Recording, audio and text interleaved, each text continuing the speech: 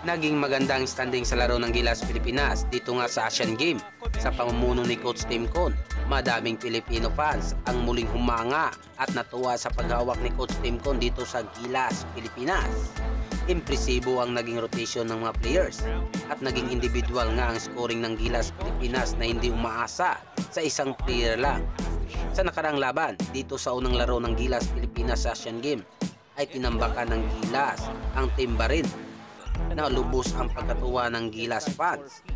Sa pangalawang laro laban sa Thailand ay muli ngang nanalo ang Gilas, pero makikita sa laban na pumapalag ang Team Thailand, ngunit nagawa ng paraan ni Coach Tim Con na maipanalo at matambakan ang Team Thailand.